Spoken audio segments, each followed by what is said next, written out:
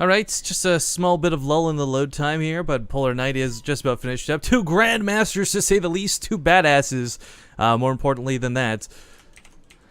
Before we do any actual proper introductions, I do want to say these are two players. It sucks for me that they're meeting here this early. This is only round 2, and these are two players I would have loved to have seen both qualify through today, but only one, of course, can win through the winner's bracket, and only one will be knocked down to the losers. We'll see who has a tougher time today. Spawning in the lower central portion of the map, playing in the IEM Sao Paulo America Qualifiers. This is day number 1, stage 1. It is from Root Gaming's Academy, TTC. Give it up for Astrea. And in the top position, we have our red Terran. It is Dignitas SelecT. Small fun fact about these guys. First off, Astrea is, of course, incredibly young. He's like 16, just barely, literally turned 16 recently. But he also fought against SelecT in the Red Bull New York City Battlegrounds qualifiers. Now, he was ultimately disqualified because he was underage. However, he did beat SelecT in the series 2-1. Not something I honestly would have seen coming. I know he's a good player, but against SelecT, you know, you expect that to be a little more one-sided. So we'll see if SelecT can actually end up being the one who wins today. Now, of course, this is a double elimination tournament, so regardless of who you love and who wins, who loses, you'll get to see more of one of these two. They're not out of it if they lose this series. But, again, it's a best of 3. Well, it always sucks to go in the losers bracket. Definitely want to avoid that if you can. But you're right. It's very possible these guys will both be facing each other later on, or qualifying straight up. Either one.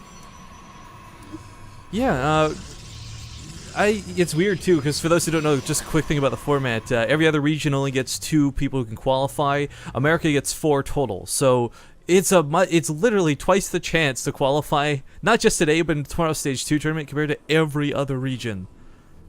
Do you see that SelecT's going to be going for a Reaper Expand? Not too surprising. Very common, TVP. Astrea going for the norm as well. We see some Protoss try and get a little bit greedy, only going to the Gateway and then a Nexus, but if you want to deal with that Reaper as effectively as possible, you got to get that Cybernetic core up before. Yeah.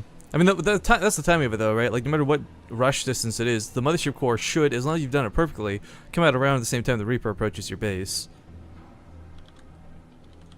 But 3 and 3 on gas, leaving it pretty gas heavy right now is Astrea. Here's the thing I really like about this this fine gentleman as well. Again, I know I'm kind of nerding a little more about Astrea than SelecT, but that's only because I feel a lot more people know who SelecT is and a very few amount know Astrea. One of the 4 Astrea that he has got going for him is I've seen him pull off some of the most beautiful cheeses and some really elegant macro games too. One of my favorite matches, he actually got featured on IPL back when that was still a thing. He played against Hyun on like Whirlwind, and when everyone else is doing Century Immortal All-In, he goes carriers. I mean, like, it sounds silly, but I love innovation, even if it's small like that. Ha! You do love innovation. Because he's Terran.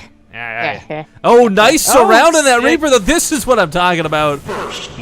And SelecT gets shuts down immediately. This kind of sucks, too. Not the damage from the Reaper wasn't whatever. He wouldn't have cared if he got a probe or 2. He would have loved to, of course, but now he doesn't know that the Stargate's coming. He doesn't have that scouting information to confirm that it's going to be an Oracle beelining it to his base from across the map.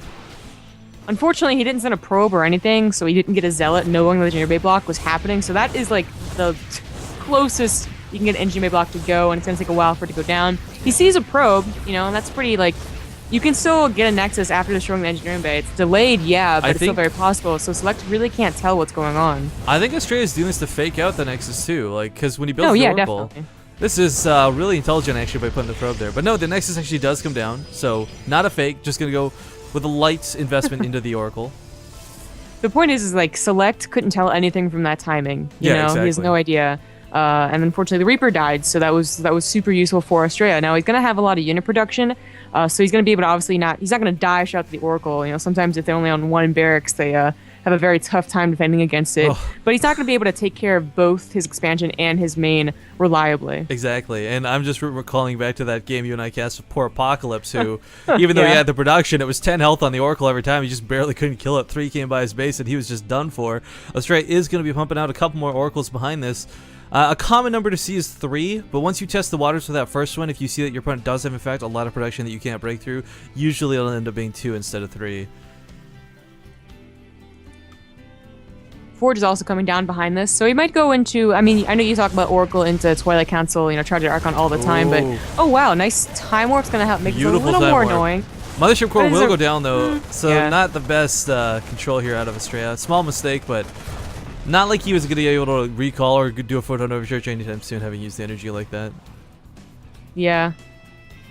I didn't really like that so much. I can see how it really works out, especially if they just barely have enough Marines to handle it, but it seemed a little bit, I don't know, useless.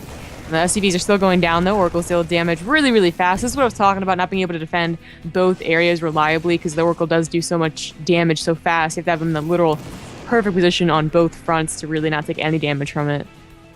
Yeah, third Oracle is going to be coming out, so he decided not to cut them too quick. This will cut into his storm timing because, of course, Oracles are pretty expensive as far as gas is concerned, but he's going for the +1 armor. This is exactly how a more popular player known as Mouse Mana tends to open these matches, and it works out very well.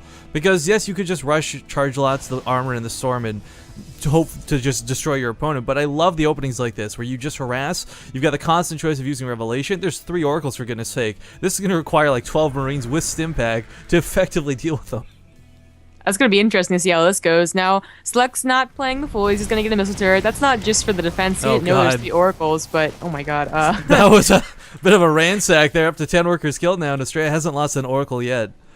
No, but also he wants to be able to push out. You know, if you don't get a missile turret, you're not gonna be able to push out in fear of the backstab. And he's gonna be able to push out once he gets up to medevacs. Where are his medevacs actually? Delayed, He of course. doesn't He doesn't even have a factory though. No, because he's been pumping out Marauders. He went for Stim. He's been spending Yeah. everything there. This big push is quite scary for Astrea. And just side note, Zombie Grub, I don't know if you realized the timing of that. You said backstab as I guess first blood went off through the delay, so we had all the daggers in chat. Pretty perfect timing. But No, I didn't. this is a little bit scary. That Mothership Core earlier did die. There's not enough energy on this one for an overcharge. And quite frankly, I don't know that this base is going to stand. This is really surprising. This is probably surprising for Astrea. You don't usually see the 3 racks like this anymore, but SelecT's gonna make it work. And the Mothership Core goes gonna down hurt. instantly. That's gonna be GG, actually. I mean, maybe he's they're gonna tap out right now, the but the probes. probes should go down in numerous numbers, and the refinery goes down back at home. If only the Oracles were at home instead of the offense, he might actually have a chance of taking this on. If the Stalkers and the Zealots soaked those hits, the Marines would have gone down. It would have only been Marauders to contend with, but yeah, with Marauders still coming across the map, reinforcements coming in, I don't know that Astrea's got enough. This is looking pretty grim. And this is the Factory's downside going up of, behind this as well. yeah, when you invest into Oracles like this, here they are coming back home, but they don't have enough energy. The Mothership Core goes down immediately, Oh, and no. so do the Oracles. So Astrea, he had the means, but just didn't have the time, by the looks of it. Those Oracles really would have helped.